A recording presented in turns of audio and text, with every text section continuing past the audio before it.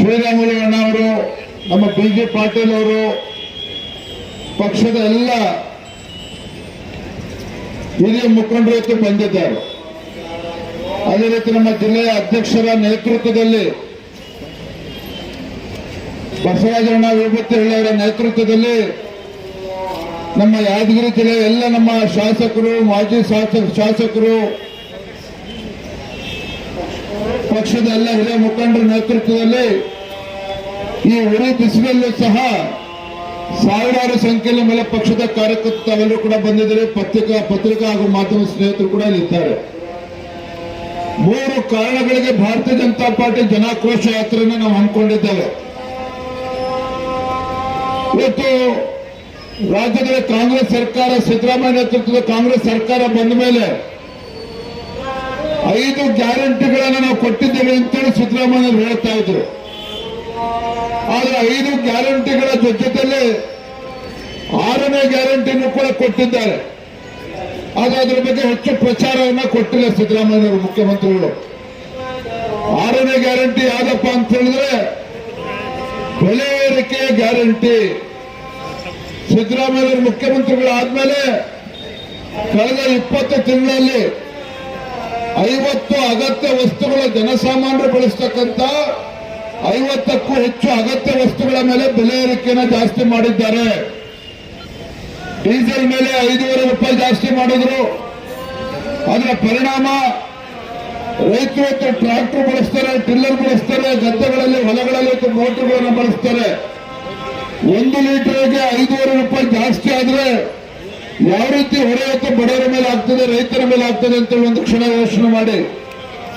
Petrol ಮೇಲೆ 3 ರೂಪಾಯಿ ಜಾಸ್ತಿ ಮಾಡಿದ್ದಾರೆ, ಸ್ಟಾಂಪ್ ಡ್ಯೂಟಿ ಜಾಸ್ತಿ ಮಾಡಿದ್ದಾರೆ.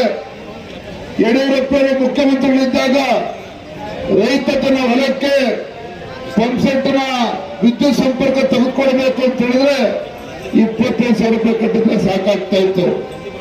ಆದರೆ ಕಾಂಗ್ರೆಸ್ ಸರ್ಕಾರ ಬಂದ ಮೇಲೆ ರೈತ ತನ್ನ ಹೊಲಕ್ಕೆ ವಿದ್ಯುತ್ ಸಂಪರ್ಕ ತೆಗೆದುಕೊಳ್ಬೇಕು ಅಂತ ಹೇಳಿದ್ರೆ 2.5ರಿಂದ 3 ಲಕ್ಷ ರೂಪಾಯಿ ಕಟ್ಟಬೇಕಾಗ್ತದೆ. 2.5ರಿಂದ 3 ಲಕ್ಷ ರೂಪಾಯಿ. ಪ್ರಧಾನಮಂತ್ರಿ ಕಿಸಾನ್ ಸಮ್ಮಾನ್ ಯೋಜನೆ 6,000 ರೂಪಾಯಿ ಕೊಡ್ತಾ ಇದ್ರು. ಯಡಿಯೂರಪ್ಪ 4,000 ರೂಪಾಯಿ ಕೊಡ್ತಾ ಇದ್ರು. ಅದನ್ನು ಕೂಡ ನಿಲ್ಲಿಸಿದ್ರು. ಗ್ರಾಮೀಣ ಭಾಗದಲ್ಲಿ ನಮ್ಮ ಬಡವರು ಸರ್ಕಾರಿ ಆಸ್ಪತ್ರೆಗೆ ಹೋದ್ರೆ ಒಂದು ರಕ್ತ ಪರೀಕ್ಷೆ ಮಾಡಿಸ್ಕೋಬೇಕು ಅಂತ ಹೇಳಿದ್ರು ಕೂಡ ಈಗ 3 ಪಟ್ಟು 4 ಪಟ್ಟು ದುಡ್ಡು ಜಾಸ್ತಿ ಆಗಿದೆ ಸರ್ಕಾರಿ ಆಸ್ಪತ್ರೆಗೆ ಹೋದ್ರೆ. ಈ ರೀತಿ ಜನಸಾಮಾನ್ಯರ ಮೇಲೆ, ಬಡವರ ಮೇಲೆ ಬೆಲೆ ಏರಿಕೆ ಒಂದು ಬಿಸಿಯನ್ನು ತಡ್ತಾ ಇದೆ. ಹಾಲಿನ ಮೇಲೆ 9 ರೂಪಾಯಿ ಜಾಸ್ತಿ ಮಾಡಿದ್ದಾರೆ. 9 ರೂಪಾಯಿ ಜಾಸ್ತಿ ಮಾಡಿದ್ದಾರೆ.